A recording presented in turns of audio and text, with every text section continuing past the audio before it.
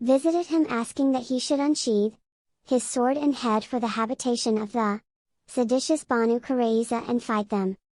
Gabriel noted that he with a procession of angels would go ahead to shake their forts and cast fear in their hearts. The messenger of Allah, PBUH, immediately summoned the prayer caller and ordered him to announce fresh hostilities against Banu Qurayza, instituted Ibn Maktum as a ruler of Medina, and entrusted the banner of war to Ali bin Abi Talib, who marched towards the appointed target and came close enough to hear the Jews abusing the messenger of Allah, PBUH, who on his part set out at the head of 3,000 infantrymen and 30 horsemen of Ansar, helpers, and Muhajirin immigrants.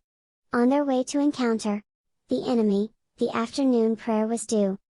Some Muslims refused to observe it until they had defeated the enemy, while others offered it in its proper time, as usual. The Prophet, PBUH, objected to neither. When they reached the habitations of Banu Qurayza, they laid tight siege to their forts.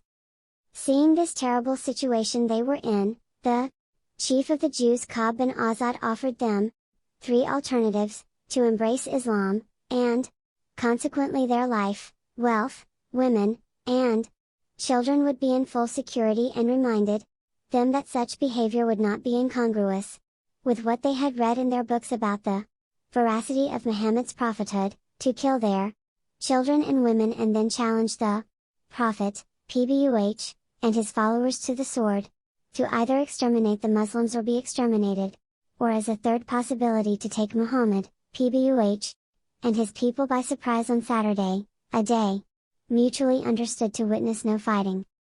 None of those alternatives appealed them, so their chief, angrily and indignantly, turned to them, saying, "You have never been decisive in decision-making since you were born." The gloomy future already visible, they made contacts with some Muslims, who had maintained good relation with them, in order to learn about their fate in the light of the current circumstances.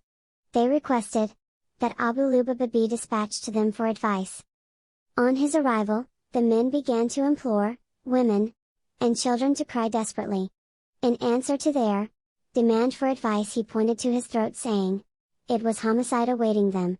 He then immediately realized that he had betrayed the Prophet's trust, so he headed directly for the mosque in Medina, and tied himself to a wooden tall pole, swearing that no one would untie him save the messenger of Allah, PBUH, and added that he would never enter the habitation of Banu Qurayza in recompense for the deadly mistake he made.